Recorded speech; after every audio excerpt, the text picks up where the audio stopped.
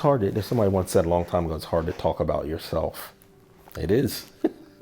It's hard to talk about yourself. You know, I don't know. I don't know. It's difficult. I don't know. You don't want to seem like you know it all or anything like that. But, you know, thinking about it and thinking about all the things, I wouldn't change one thing about my career. I wouldn't promote. I would stay right here where I'm at, because I feel like every time a kid walks in and says, "Hey, Officer Mitchell," and I get it all the time, everywhere I go, "Officer Mitchell, hey, you remember when this and that? I'm sorry I was a bad student." I said, "You weren't a bad student. You were just a kid." You know what I mean? It's like, and that may be all what that kid needed.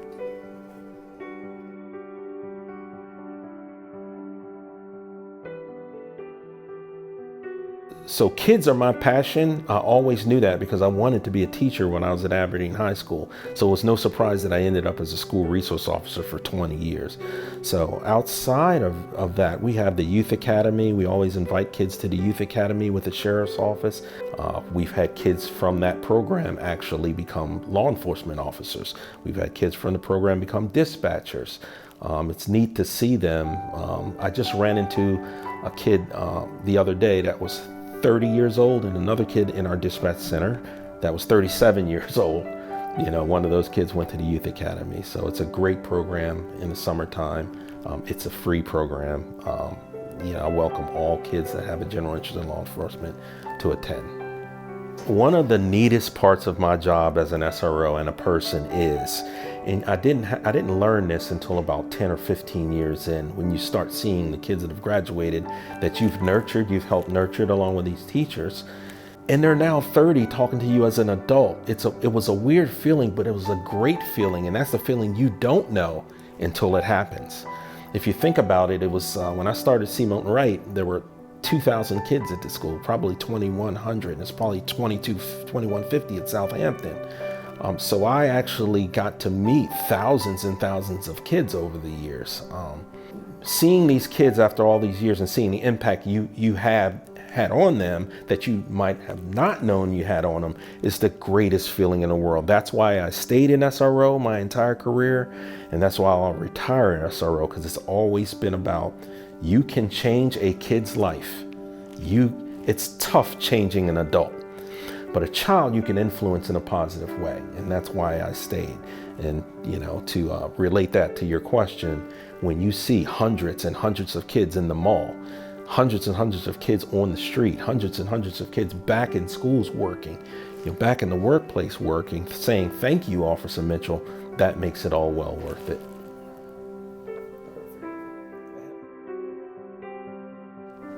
One thing I make sure I say to every kid, because I'm not their parent, I'm proud of you. I don't care what story you bring me. You can bring me, I was an addict, I lost a couple of friends, I'm a doctor. I ran into a kid the other day that's a doctor now that used to attend C. Milton Wright.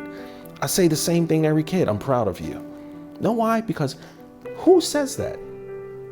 Maybe your dad, maybe your granddad, and then after a while they stop saying that. They need people other than their parents to tell them positive things, and you never know how that's going to affect the kid. Oh, here's a guy who really had they perceive that I have no stake in their upbringing, but I know inside I do. And they're saying, "Wow, he's proud of me. He's just an officer from the school." Yes. And that may be all they need. That may be all they need for that day. So that's the way I live. That's the way I roll there, Jason. And you don't realize it until the years pass and you see people like yourself in these positions, and Jillian, and they're all over the place. My wife's like, "Oh my God, we had to stop 50 times in the mall." Yes, we got to stop 50 times in the mall. And that kid remembered me. If that kid remembered me, I need to take at least 30 seconds to say, "Oh, what have you been doing?" "Oh, I'm proud of you." I don't care what story they bring me. I'm really, really passionate about that. So that's why I'm shadowing a guy, in hopes to get a youth services position here.